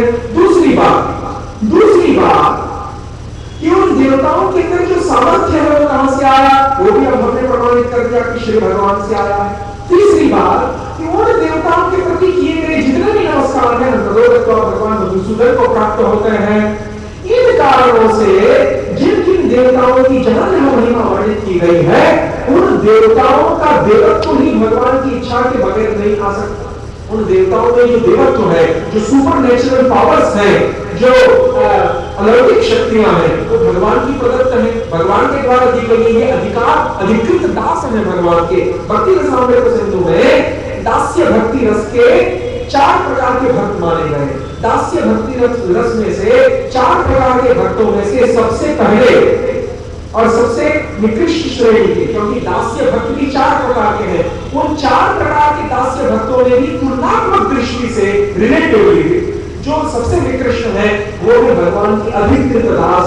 यानी भगवान ने जिन लोकपालों को, जिन दिक्पालों को, जिन देवताओं और देवियों को इस भौतिक संसार, भौतिक जगत, इस ब्रह्मांड के विभिन्न प्रशासनिक अधिकार दिए हैं, एडमिनिस्ट्रेटिव पावर्स, उन देवताओं को भगवान के द्वारा अपॉइंटेड अधिकृत दास कहा गया। ये दास्य रस के भक्तों में सर्वाधिक नीचे माने गए दूसरी 3 श्रेणियों से भक्ति रसामृत से। तो कहने का तात्पर्य यह है कि ये जो देवता हैं इनकी महिमा का भी यहाँ वर्णन होता है, तो इनका देवत्व भी भगवान के कारण है। तो इनकी महिमा का यहाँ वर्णन है वो भी वास्तव में श्री हरि की महिमा का ही वर्णन। उसी प्रकार से जहां जहां भगवान के जो विश्व तत्व की जो स्वांश रूप है, जैसे भगवान रामचंद्र है, नरसिंह है, मत्स्य है, कूर्म है, वराह है, इन अन्य लीला अवतारों का तथा भगवान विष्णु के स्वांश रूपों का भी जहां पर वर्णन किया गया है तो वहां पर भी अंततो गत्वा ब्रजेंद्र नंदन श्याम सुंदर की महिमा ही गाई जाती है। क्यों? क्योंकि जैसे अन्य भगवत्ता तैसे काम नहीं सकता। कृष्णदास कविराज ने कहा कि जिस प्रकार से मूल रूप के द्वारा श्री कृष्ण के द्वारा अन्य स्वरूपों की भगवत्ता सिद्ध होती है, रामादि स्वरूपों की, तो इसीलिए कृष्ण स्वयं भगवान है। तो जिस प्रकार से श्री हरि के कारण देवताओं का देवत्व सिद्ध है, फिर पूर्ण विश्व तत्व के भीतर भी ब्रजेंद्र श्याम सुंदर के कारण ही अन्य जो राम नरसिंह आदि स्वरूप है उनकी भगवत्ता सिद्ध है। इसलिए वहां पर ब्रजेंद्र नंदन श्याम सुंदर की ही महिमा हर जगह गाई गई है। हरि सर्वत्र गीयते, इसलिए हरिवंश पुराण में व्यास जी को कहना पड़ा। हरिवंश पुराण जो कि महाभारत का परिशिष्ट खिल भाग है, अपेंडिक्स पोर्शन, उसमें बादरायण को कहना पड़ा कि वेदे रामवर्णे चैव पुराणे भारते कथा आदावन्ते च मध्ये च हरिः सर्वत्र गीयते, हरि का ही सर्वत्र बखान हुआ है। इन कारणों से वेदों की निंदा नहीं होनी चाहिए, लेकिन फिर जीव गोस्वामी पाद पुनः ये कहते हैं कि वेदों के तथा पुराणों की जो वाक्य साक्षात भाव से भगवान का और उनकी लीलाओं का तथा नाम रूप गुण आदियों का वर्णन नहीं करते,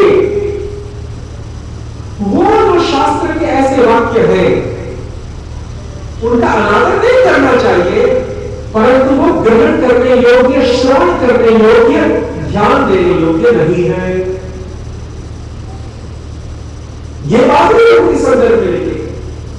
लेकिन ये शंका अभी ज्यों की त्यों बनी हुई है कि नरोत्तम दास ठाकुर ने इस प्रकार क्यों कहा कि ये तो जहर का घड़ा है। ये तो एक प्रकार से अपमान ही हो गया वेद शास्त्रों का। लेकिन यहां पर आप ध्यान दीजिए कि जहर का घड़ा किसके लिए? वेदादि शास्त्र फिर चाहे उनका अधिकांश भाग कर्मकांड और उपासना कांड परक हो, और ज्ञान कांड में भी अधिकांश जो भाग है उपनिषदों का वो विशेष ब्रह्म का प्रतिपादक हो, उसमें से थोड़ा भाग ही जो है साकार सविशेष भगवान का वर्णन करने वाला है। इतना सब होने पर भी जो वेदादि शास्त्र है, जनरली स्पीकिंग, सामान्य दृष्टि से यदि देखें तो वो विश्व भांड नहीं है, वो जहर के घड़े नहीं, वो कल्याणकारी है।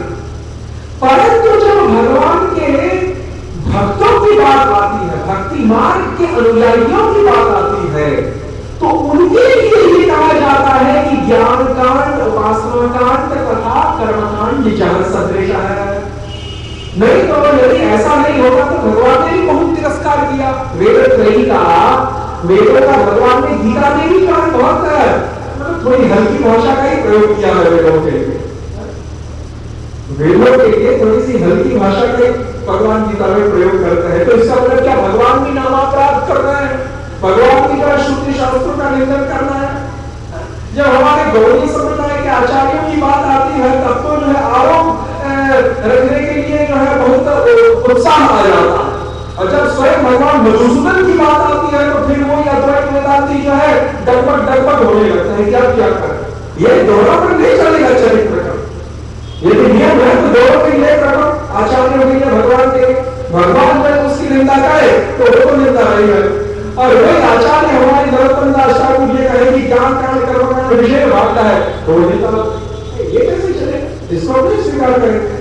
तो इसीलिए कहने का तात्पर्य यह है कि किसके लिए जहर का घड़ा है वो देखो। यहां पर केवल शुद्ध भक्तों की दृष्टि से बात की जा रही है। जो शुद्ध भक्त है, जो शुद्ध वैष्णव है, और जो शुद्ध भक्ति मार्ग के अनुयायी जो साधक वृंद है, उनके लिए ज्ञान कांड, कर्मकांड और उपासना कांड की चर्चा जहर सदृश है। नहीं तो सामान्य रूप से यह वेद शास्त्र कल्याणकारी है। अतएव कृष्ण कल्या वेदादि पुराण, जीवे स्वतः सिद्ध नहीं कृष्ण ज्ञान, जीव के पास अपने आप जो भगवत ज्ञान नहीं है। इसीलिए कृष्ण ने वेद पुराणादि शास्त्रों, वेद पुराणादि शास्त्रों का प्रादुर्भाव लोक कल्याण के लिए है, लेकिन फिर उसमें भी तारतम्य है। कर्म कांड से और ज्ञान कांड से और उपासना कांड से जो शुद्ध भक्ति का मार्ग है वो अधिक कल्याणकारी है। इसलिए अधिक कल्याणकारी के साथ जब निकृष्ट कल्याणकारी साधनों की तुलना होती है तो निकृष्ट कल्याणकारी को जहर के समान मान लिया जाता है, और अधिक कल्याणकारी को, सर्वाधिक कल्याणकारी को अमृत के समान। ये बड़ा तुलनात्मक है, it is all relative comparison. यहां पर कोई किसी की अवज्ञा या निंदा या ये नहीं हो रहा है। तो इसीलिए जिन वेदादि शास्त्रों के द्वारा बुद्ध भगवान का भगवत्व सिद्ध हुआ, उन्हीं वेदादि शास्त्रों का फिर ये कहना कि बुद्ध रूप में नारायण जब प्रकट होंगे कि कटेशु भविष्य, मगध पाटलिपुत्र नेपाल विभाग की सीमा, तो मगध देश में जब भगवान बुद्ध गया के पास प्रकट होंगे, ये भविष्यवाणी पहले हो चुकी है, तो उस समय असुरों को मोहित करने के लिए, दैत्यों को विमोहित करने के लिए आसुरिक तब यानी अंधकार को फैलाने वाले शास्त्रों की रचना करेंगे। इसीलिए यदि आपका आधार कहने का यह है कि नहीं बुद्ध भगवान है और भगवान जो कुछ कहे वही धर्म है, तो भैया ये कहां से पता चला कि बुद्ध भगवान है? ये शास्त्रों की अथॉरिटी से पता चला, शास्त्रों से ये पता चला कि बुद्ध भगवान है। लेकिन जिन शास्त्रों ने बुद्ध को भगवान बनाया, देखिए शास्त्रों ने दोनों उसमें से एक बात तो हम मान लें, और दूसरी बात तो जैसे मुसलमान था, उसने सोचा कि मुर्गी को प्रतिदिन खिलाना पड़ता है, तो अच्छा ये रहेगा कि उसका पिछले वाला जो भाग है उसको बचा के रखें जहां से अंडे मिलते हैं, और जो मुख है उसको काट दिया जाए। उसने वैसा किया तो क्या हुआ? मृक्ष के इस कृत्य के द्वारा उसकी जो आकांक्षा है वो कदापि पूरी नहीं, उसका सपना धरा का धरा।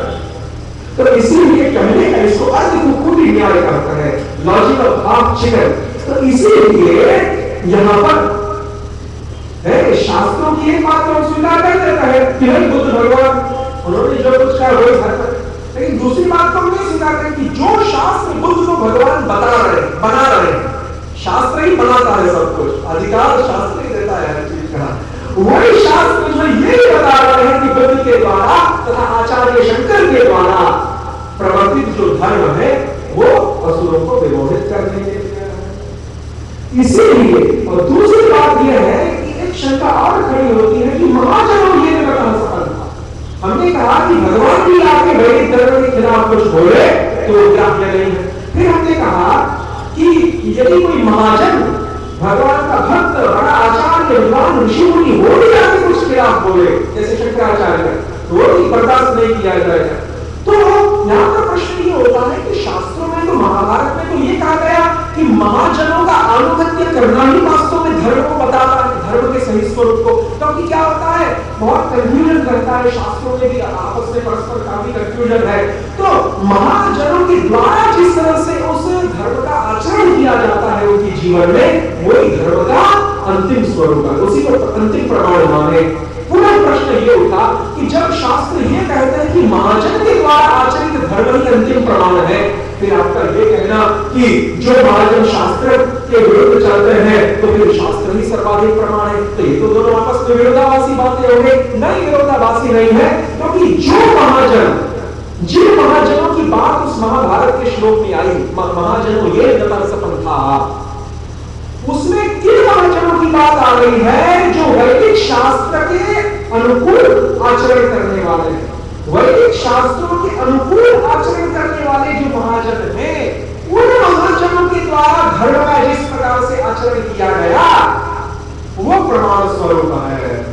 ये नहीं कि वैदिक धर्म के प्रतिकूल धर्म का आचरण करके जो महाजन ही नहीं बन सकता है जब तक कि वो वैदिक धर्म का आचरण न करे, वो दुर्जन है। इसीलिए वैदिक धर्म का आचरण करने के कारण उसमें महाजनत्व आता है। He becomes a great personality just by the mere execution of Vedic dharma. He becomes a great personality, and when he becomes a great personality, then the way how he is interpreting and implementing that Vedic dharma, that becomes evidence. तो इसलिए कोई विरोध नहीं है, अंत में जाकर निष्कर्ष यही सिद्ध होता है कि सब कुछ शास्त्र पे आधारित है। और रही बात धर्म की, तो धर्म तो शास्त्र के ऊपर आधारित है, क्योंकि धर्म तो वेद्य है, प्रमेय है, और प्रमाण है शास्त्र। इसीलिए अरे धर्म की बात छोड़िए, यहाँ पर तो स्वयं ब्रह्म को भी जो है शास्त्र का पुत्र माना गया। इसीलिए वेदांत सूत्र कहता है, क्या कहता है वेदांत सूत्र? ब्रह्म सूत्र क्या कहता है? ब्रह्म सूत्र कहता है, बताइए, ब्रह्मसूत्र कहता है शास्त्र योनित्वा, शास्त्र रूपी योनि से, वैदिक वाङ्मय रूपी योनि से जिस ब्रह्म का तथा जिस धर्म का प्रादुर्भाव हुआ, वेद किसे कहेंगे? वेदयति धर्मम ब्रह्मचर्य वेदः। पूर्व मीमांसा दर्शन महर्षि जैमिनी के व्याख्या, महर्षि जैमिनी वेदव्यास के शिष्य, सामवेद के आचार्य, उन्होंने व्याख्या की वेद की। वेद किसे कहेंगे? वेदयति धर्मम ब्रह्मचर्य वेदः। जो धर्म को तथा ब्रह्म यानी भगवान को, दोनों को जो बताए उसको वेद कहेंगे, दोनों का जो ज्ञान प्रदान करेंगे उसको वेद कहेंगे। तो इसीलिए वेद ब्रह्म की और धर्म की दोनों की माता है। भले ही वेद भगवान के श्वास से प्रकट हुए हो, लेकिन वेद के द्वारा ही भगवान का तथा धर्म का दोनों का पता चलता है। इसीलिए सब कुछ जो है, हर चीज का मूल केवल शास्त्र है, शास्त्र के अतिरिक्त और कुछ नहीं है। ये आज के सत्र में निर्विवाद रूप से सिद्ध होता है। और दुर्भाग्य की बात यह है कि इन्हीं शास्त्रों का जब महत्व घटा दिया जाता है भक्ति मार्ग के नाम पर, भावुकता के नाम पर, अज्ञानता के नाम पर, आलस्य के नाम पर, ज्ञान दुर्निरंतर लोकत्व के नाम पर जब इन्हीं शास्त्रों का महत्व घटा दिया जाता है, तब जो है धर्म में सब प्रकार की गड़बड़, सब प्रकार की विषमताएं, विकार, असामंजस्य, ऊहापोह, खलबली मचने लगती है। हरे कृष्ण कृष्ण कृष्ण हरे हरे, हरे राम राम राम हरे हरे। एक शॉर्ट क्वेश्चन है कि आपने कहा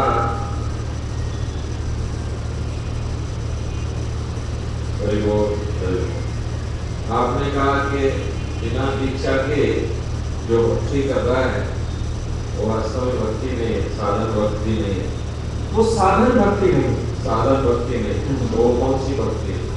वो अभी दीक्षा नहीं ली है लेकिन भक्ति कर रहा है, नाम जप कर रहा है, पूजा कर रहा है, तो उसको कौन सी यदि वो भक्ति अज्ञानता में संपन्न हो रही है, ये पता नहीं है कि भक्ति किसे कहते हैं, ये भी पता नहीं है कि भगवान का स्वरूप क्या है, जीव का स्वरूप क्या है, माया का स्वरूप क्या है और इन तीनों का आपस में संबंध क्या है, भक्ति क्यों करनी चाहिए, किसे करते हैं, अंतिम लक्ष्य क्या है, कुछ पता नहीं है, लेकिन फिर भी अज्ञानता में भक्ति संपन्न हो रही है, तो उसको तो भक्ति जगत स्वीकृति कहेंगे, वो भी भक्ति स्वरूपा ही होती है। यदि महापुरुषों के, भागवतों के संग में आकर श्रद्धा रूपी बीज को प्राप्त करेंगे, तत्पश्चात, और वो भी लौकिक श्रद्धा नहीं, अपितु शास्त्रीय पारमार्थी की श्रद्धा, उस शास्त्रीय पारमार्थी की श्रद्धा से लय होकर जो साधन भजन नहीं, लेकिन भक्ति के अंगों का जो पालन किया जाता है, लेकिन दीक्षा लेने से पूर्व, वो भक्ति जगत स्वीकृति नहीं कहलाएंगे, साधन भक्ति भी नहीं कहलाएंगे, लेकिन साधन भक्ति का पूर्वांग कहलाएंगे। उदाहरण देना चाहे, हमारे जीव गोस्वामी ने इसको समझाया भक्ति रसामृत सिंधु की टीका में, कृति साध्या भवे साध्य भावा सा साधना विदा, ये साधन भक्ति की परिभाषा का जो श्लोक है भक्ति रसामृत सिंधु में, इसकी टीका में श्री जीव विश्वनाथ आदि आचार्य समझाते हैं कि जिस प्रकार से किसी यज्ञ को जब कोई करता है, कोई पुरोहित अथवा ऋत्विज जब किसी यज्ञ को संपन्न करता है, तो वास्तविक यज्ञ किसे कहते हैं? वास्तविक यज्ञ कहते हैं हवन अथवा याग को, जिसमें आहुति दी जाती है। लेकिन technically being specific, only that activity in which the sacrificial oblations are submitted through the recitations of suffixes like swada and swaha, उसी को यज्ञ कहेंगे। लेकिन तथापि यज्ञ की तैयारी के रूप में जो क्रियाएं की जाती हैं, वो भी जैमिनी के पूर्व मीमांसा दर्शन के आधार पर यज्ञ की ही पूर्वांग रूपा मानी गई। जिस प्रकार से संहिता को इकट्ठी करके लाना और ये सभी मंडप को तैयार करना, भूमि का शोधन करना, जितने भी यज्ञ की प्रारंभिक क्रियाएं हैं, तो वास्तविक यज्ञ तो केवल वो है जो आहुति वाला भाग है, जिसमें देवता लोग अपनी अपनी आहुति ग्रहण करते हैं। लेकिन उसी पूर्वांग रूपा क्रिया भी यज्ञ ही एक प्रकार से मानी गई। उसी प्रकार से वास्तविक साधन भक्ति दीक्षा के उपरांत ही प्रारंभ होती है, लेकिन शास्त्रीय श्रद्धा से लय होने के पश्चात और भजन क्रिया से पहले की जो अवस्था में नवधा भक्ति का आचरण होता है, वो technically being specific, it is not साधन भक्ति, but it is the what you can say, it is an introduction to साधन भक्ति। वो साधन भक्ति का पूर्वांग रूप है, और उससे भी पहले जो भक्ति अज्ञानता में होती है, वो तो भक्ति जगत स्वीकृति है। ये अरे तो बिना दीक्षा के जो भक्ति कर रहे हैं वो भक्ति जनित स्वीकृति, तो उसके फलस्वरूप उनको एक दिन किसी गुरु की शरण मिलेगी फिर उनसे वो दीक्षा लेंगे, वैष्णवी दीक्षा, और दीक्षा लेने के बाद फिर साधन भक्ति प्रारंभ हो। ऐसे बहुत सारे लोग जिन्होंने कोई वैष्णव गुरु से दीक्षा नहीं ली लेकिन भक्ति कर रहे हैं, तो वो भक्ति अगर सकाम भक्ति कर रहा है तो भी उससे भक्ति जनक की स्वीकृति मिलेगी या? देखिए, भक्ति संदर्भ में श्री जीव गोस्वामी कहते हैं कि भक्ति जनक सुकृति तभी उत्पन्न हो पाती है जब अज्ञानता में लेकिन निष्काम भाव से वो की जाए। सकाम भाव से तो फिर वो नहीं कर रहे। और सकाम भाव से अगर भक्ति कर रहे हैं तो उससे भक्ति साधन भक्ति मिलने वाली नहीं, गुरु की शरण भी नहीं मिलने वाली, उससे कुछ लौकिक लाभ मिल सकता है। और ये हो सकता है कि उस भक्ति को करने से कालांतर में किसी वैष्णव के संग में आ रखा, जैसे कहा गया है कि वर्णाश्रम का सकाम भक्ति करने से कालांतर में किसी शुद्ध वैष्णव का संग, लेकिन वो शुद्ध वैष्णव का संग वो सकाम भक्ति करने से नहीं मिलता है। वो तो जो है जब जीव का संसार बंधन समाप्त होने की ओर होता है, उस समय भगवत इच्छा से ही जीव को शुद्ध भगवत भक्तों का संग प्राप्त होता है। वही ब्रह्मांड ब्रह्मित कौन भाग्यवान जीव। भाग्यवान का मतलब क्या है? जब अमुक जीव का सांसारिक इतिहास अब समाप्ति की ओर है, बस अब बहुत से ज्यादा 1 या 2 जन्म ही अब बचे हैं सांसारिक जीवन के, तब उसको जो है ऐसे शुद्ध भक्त गुरु की प्राप्ति होगी। अन्यथा सभी प्रेम से बोलिए हरे कृष्णा हरे कृष्णा हरे कृष्णा हरे कृष्णा कृष्णा कृष्णा कृष्णा कृष्णा हरे हरे हरे हरे हरे राम हरे राम हरे राम हरे राम राम राम राम राम हरे हरे हरे हरे। ग्रंथराज श्रीमद् भागवतम की ये भागवत कथा 31 मई तक चलती रहेगी, 7:30 से 9 बजे शाम को। और आप सभी भक्तों से प्रार्थना है कि डिनर प्रसाद लेके जाएं। प्रसाद तैयार है, आज थोड़ा लेट हो गए इसलिए अभी आगे की चर्चा नहीं होगी। कल आप जरूर आइए शाम को 7:30 बजे, और 31 मई तक ये कथा चालू रहेगी। हरे कृष्ण।